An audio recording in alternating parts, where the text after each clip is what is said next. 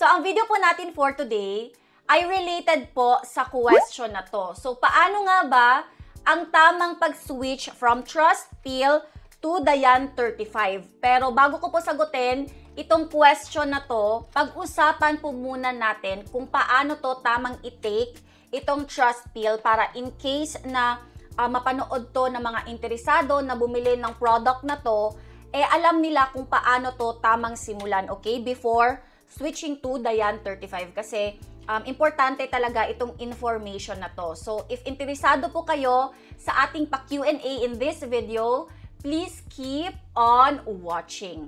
So, if you're planning to use this Trust Pill mga kapatids, ang first step po na masasuggest ko sa inyo ay huwag muna kayong bumili agad-agad kasi hindi talaga lahat ng kababaihan na gustong mag-Trust Pill ay okay gumamit ng Trust Pill.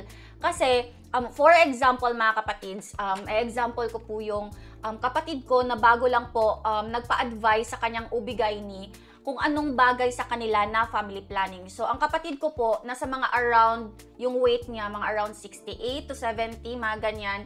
And, ang gusto sana niyang contraceptive guys ay injectables. Pero, nung pumunta na siya sa kanyang OB-GYN, hindi in-advise sa kanya after the laboratory test, ganyan, and interview, hindi po in-advise sa kanya ang injectables. So, ang na-recommend sa kanya ay mag-take ng contraceptive pills. Ngayon, marami kasing contraceptive pills na available sa market. So, sinuggest ng kapatid ko, if pwede ba, na same na lang kami, Dian 35. Pero, ang sinabi ng kanyang OB, meron pa daw mas babagay sa kanya na contraceptive pills at hindi itong Dian 35. I forgot the name mga kapatids, pero kapag na-text ko yung kapatid ko, ilalagay ko dito sa screen yung pills na ginagamit niya. Basta yung price, mas mahal po dito kasi according sa kanyang OB, itong Dian 35 hindi bagay sa kanya kasi mataba na siya mga kapatids. So, baka lolobo siya ng mas bongga bells. So, yung na-recommend sa kanya na pills ay hindi makaka-apekto sa kanyang weight, okay? Hindi siya magkaka-weight gain. So, nasa mga around 800 plus, so mas mahal dito. Pero at least, hindi makaka-apekto, right, sa kanyang health. So, yun din yung point ko mga kapatids, kung bakit ang pinaka number one step, if plano nyo pong gumamit ng any kinds of pills, mapatrust man or hindi, kahit gusto nyo na alam mo i-try agad, wag muna. Pa-check up muna kayo sa inyong OB-GYN para maresetahan po kayo ng akma talaga sa inyong health, okay? Ang presyo naman po nito ay 59 pesos only sa Watsons mga kapatids.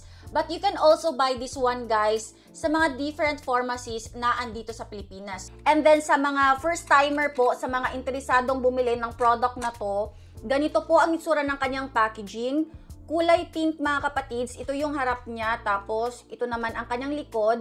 And then inside this box mga kapatids, of course, merong kasamang pills. So, ito yung itsura ng kanyang pad, guys. So, merong 21 tablets. Ito yung mga active pills. Tapos, ito namang nasa baba, mga kapatids, ay mga vitamins that contains ferrous. And then, inside this box also, guys, kasama po itong manual na to. So, wag niyo po itong itapon kasi, to be honest, mga kapatids, ito mga pinag-share ko sa inyo na information about this pill, kung paano mag-switch, ay andito po lahat, okay? And then, ang tama naman pong pag-start ng pill na to, according po dito sa manual, it's best to start sa pinakaunang araw ng iyong period. Same with Dian 35 para protected po talaga kayo against pregnancy, okay? And then, choose this tablet na merong mark na number 1. So, for example, mga kapatids, ang iyong first day ng iyong period ay May 1 and nakakuha na po kayo ng go signal, tapos na po kayo nakapagpa-check up and your doctor said na okay po kayo gumamit ng Trust Pill, magsimula po kayo sa pinakaunang araw ng period nyo, okay? So, May 1, for example. And then, get this pill, itong merong mark na number 1. And pagka May 2 and sa mga following days, guys, sundan nyo lang po itong pa-numbering ng mismong pad, okay? Kasi meron siyang pa-numbering, guys, and susundan mo lang to hanggang sa maubos nyo po ang pinaka-last tablet, itong number 28. Okay? And then, kinabukasan guys, kapag naubos nyo na po itong pad na to, mag-start po kayo ng panibagong pack. Okay? Kaya naka-yellow itong May 29 guys. Kasi Kapag naubos na to, magsa-start naman po kayo ng panibagong pack. Now, if tatanungin nyo ako kung, especially sa mga first timer na magte-take na to, kung anong best time ba talaga tong i-take, well, it depends guys sa inyong preference. It's up to you kung after meal ba or before matulog. Ang importante guys, ang sabi dito sa manual, dapat 24 hours ang interval and take this pill guys, same time each day, okay? So kung alas 9 ng gabi, dapat tuloy-tuloy na mga kapatids, alas 9 ng gabi po talaga.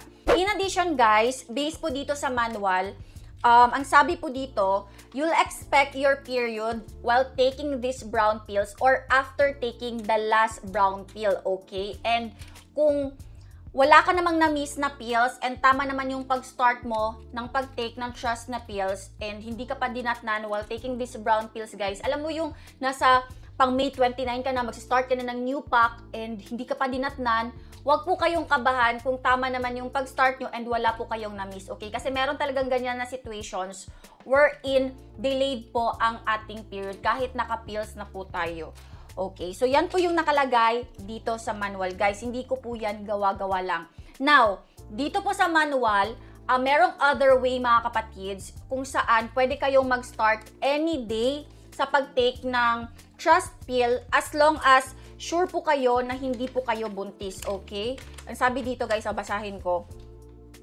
You can also start any day as long as you are not pregnant and use a backup method such as condom for the next 7 days as precaution to avoid pregnancy. So, pwede po kayong mag-start any day, basta sure po kayo na hindi pregnant and gumamit ng condom if ever merong intimate activity na mangyayari for the next 7 days. So, yan po yung disadvantage kapag hindi nagsimula sa unang araw ng iyong period. But, you can start, okay? So, meron nga lang parang adjustment na gagawin mo. Now, when it comes to switching pills mga kapatids, my number one advice is don't buy another pills immediately like Diane 35 guys. Kasi anong assurance mo, nahihiyang din to sa inyo.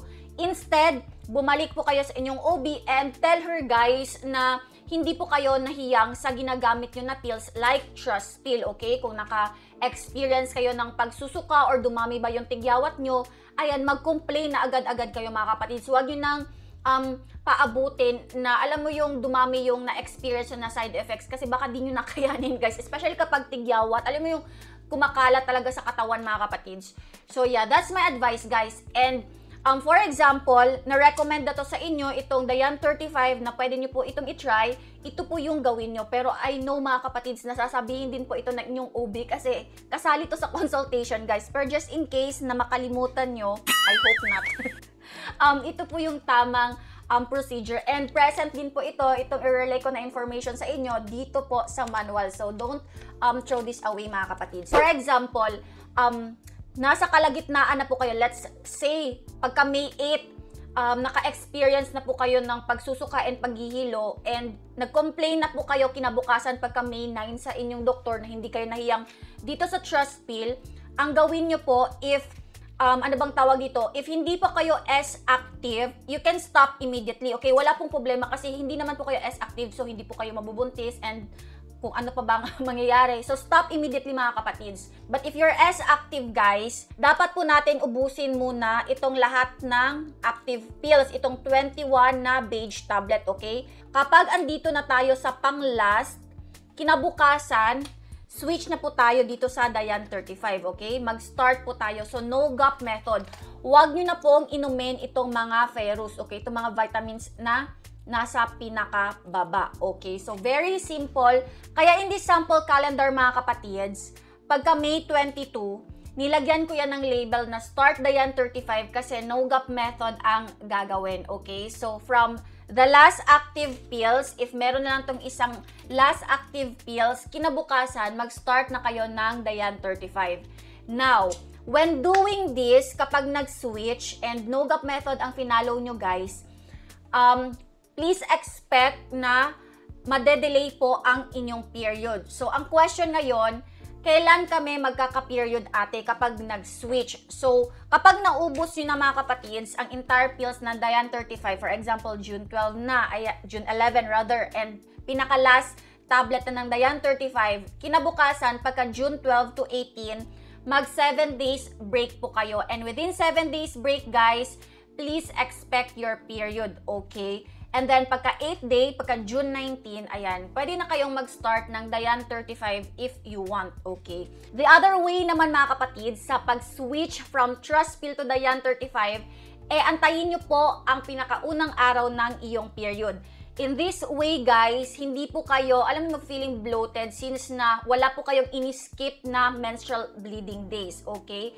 Compared to, no-gap method kung saan mag-aantay po kayo ng another 21 days bago po kayo datnan. Pero kahit alin sa dalawa, mga kapatid, still safe against pregnancy. Yun nga lang, hindi ka dadatnan kapag no-gap method kasi nga, you know na, no-gap method na yung ginawa mo, active to active pills compared sa pag-start sa pinakaunang araw ng iyong period. So I hope, guys, you learned something in this video, and if you like this content, guys, if you find this content informative, please don't forget to give this a thumbs up. Share this video, guys, sa inyong mga family and friends na gustong malaman itong mga information na to, and kung hindi ka pa nakapag-subscribe, mag-subscribe ka na.